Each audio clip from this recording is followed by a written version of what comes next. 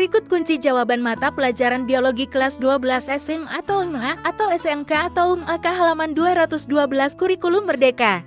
Halaman tersebut tercantum dalam bab 4 yang berjudul Inovasi Bioteknologi. Kunci jawaban ini digunakan sebagai panduan dan pembanding oleh orang tua untuk mengoreksi pekerjaan anak. Aktivitas 4,14 mengenal tahapan cloning pada domba Dolly. 1. Cermati gambar di bawah ini. 2. Jawablah pertanyaan berikut. A. Apakah kalian menemukan bahwa domba donor dan resipien berjenis kelamin sama? Jika ya, mengapa?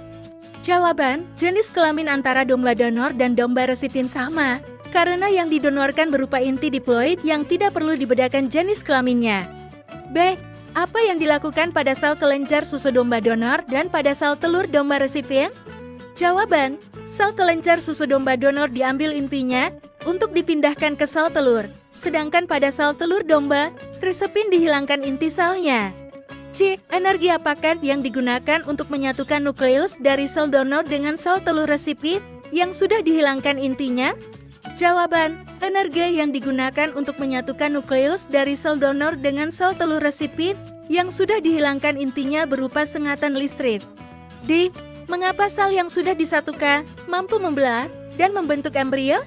Jawaban, sel yang sudah disatukan mampu membelah dan membentuk embrio yang ditanam pada rahim domba resipien karena setelah diberikan energi listrik, inti sel yang bersifat diploid menjadi bersifat embrional atau pluripoten, sehingga mampu membelah membentuk embrio.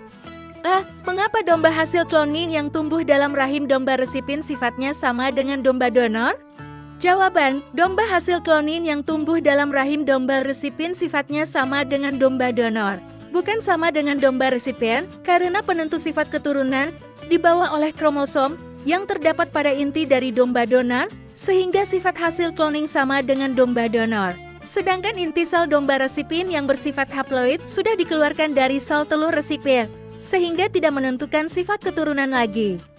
Disclaimer: jawaban di atas hanya digunakan untuk memandu proses belajar anak.